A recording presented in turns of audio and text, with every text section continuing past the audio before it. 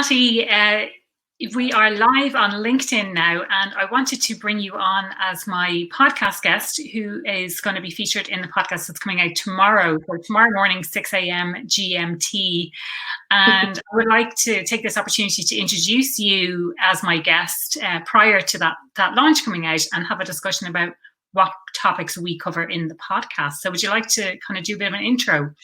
Yeah, hi, I'm Pattie Grimm. I'm an author, speaker, trainer, obviously podcast guest, and I'm a women's advocate. And I think we may have lost a little bit of momentum of women thinking that everything's being fine and we're making the advancements we're making, but we're still underpaid, underserved, underrepresented across government, business, healthcare, everything. And so we still have a long ways to go. But yeah, we've fought a lot, but we have a long ways to go.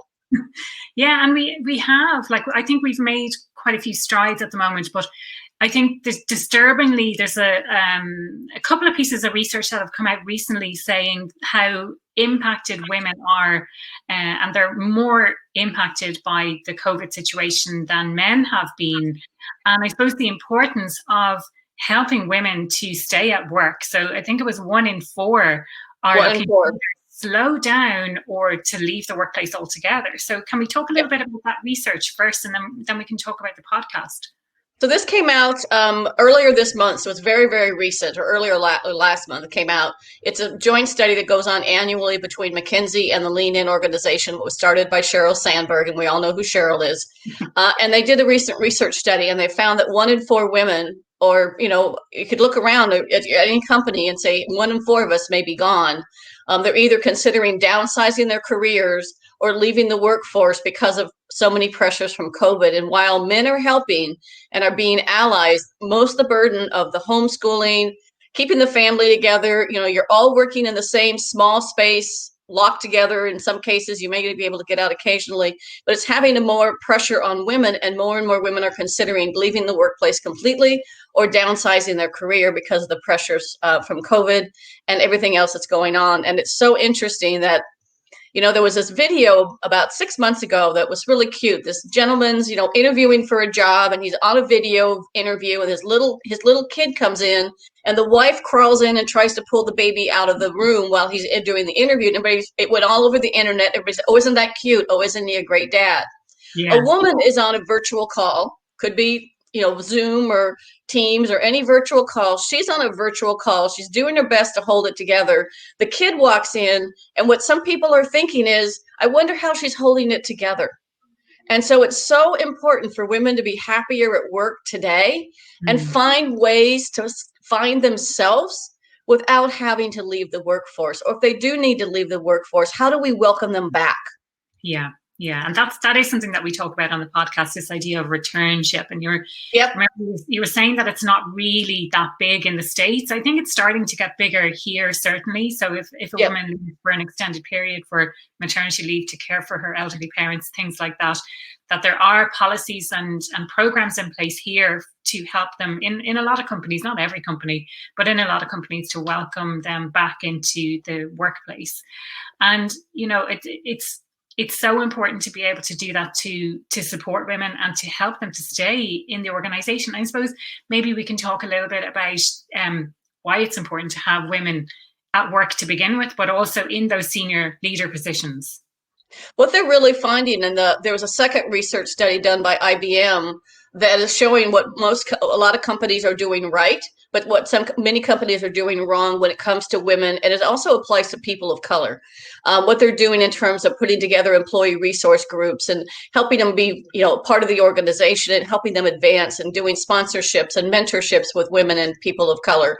And so in that study, what they found is that organizations that have more women have higher revenue, higher market share, have higher profitability, they have higher employee engagement, and higher customer satisfaction.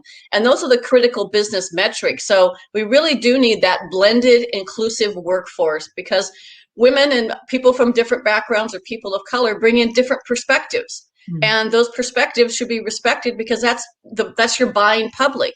Women are the major purchasers of homes, healthcare, insurance, obviously food, any major home purchase.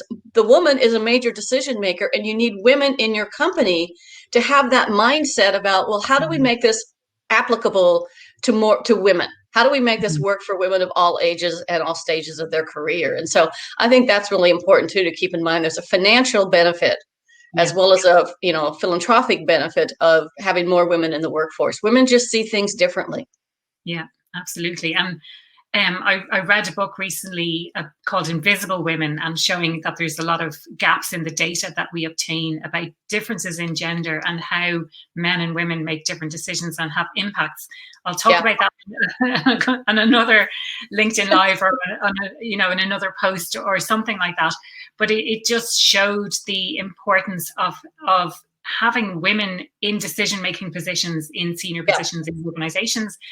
And if you think of it very simply, who are your customers as a business? Who are your customers? And it's likely that they're 50% women, Yep. So, and women and men do make decisions differently. In fact, the men may make quick business decisions that look like they're going to be super effective, where women make more collaborative decisions, where they're going to gather feedback and get input and make it more collaborative, so that the decision, once it's made, is easily adopted. When you make quick decisions, sometimes it's harder to get buy-in to those decisions because you didn't gather the feedback and consensus ahead of time.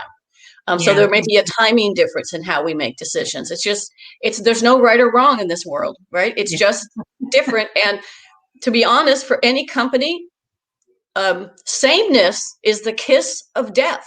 Yeah. If you look around your company and you all look the same, for even example, you all went to the same university, right? You all went to Harvard versus Yale. You're going to make different decisions. You all went to, I know you're in Ireland, so I don't know the name of the universities over there, but you all came from the same school. You all came from the same background, the same areas. You're going to make same decisions that could be very wrong. Yeah, absolutely. Now, a lot of the podcasts we spend talking about the research that you carried out yourself, Pattie, and it's so interesting. And we talk about the 5 different steps that women. I love the idea of women kicking glass. So it's not a room with everyone. Brilliant. There it is. Be strong and stand out. So we talk about the 5 steps that women can take. It's not just about women, and we discussed this on the podcast. It's about getting that allyship from men as well, especially in those senior positions. So, if you want to touch on that a little bit as well, that'd be great. Yeah, so I interviewed over a 3-year period between doing research and interviews over 3,200 men and women about what makes high performance, confident women leaders and why we need them in the workplace. So I spent that time interviewing people. It was so energizing because I would talk to somebody and they'd say, "Oh, you need to talk to so-and-so," and so that's how I got to that many people. And what's interesting when it comes to allyship, what they also found recently, because I am a research geek, apologize for that, but I shouldn't. I'm just a research geek. That's a fact. They found that women that have men sponsors or mentors earn 13% more. And that we need men to help teach women the business, not just work on our confidence or our presentation skills or executive presence.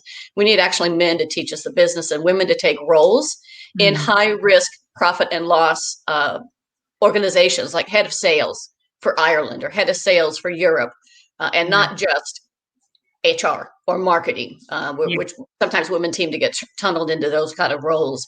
Go into finance, go into a business unit, run a sales unit, run a customer unit, where you get that real business profit and loss accountability, and that's what will help elevate women up above. And I did find that the 5 things are: be strong, stand up, stand out, put yourself number 1 on your things to do list, and then pay it forward to the next generation of women leaders. Because I want to leave this world a better place for my daughter, my granddaughter, and my son and the grandsons. I just want to leave this world a better, more balanced place. Yeah, brilliant. That sounds like a fantastic mission. Yeah. So as a reminder, the podcast is coming out tomorrow, so 6 a.m. tomorrow, which would be, well, where you are, Pattie, would be like 10 p.m. tonight. Yes. Different time zones and all that, but definitely check that out. I will create a post tomorrow, and I'll put the links to the podcast in that post as well. And as always, keep the feedback coming on the podcast. That would be great to hear that. And thank you everyone for tuning in.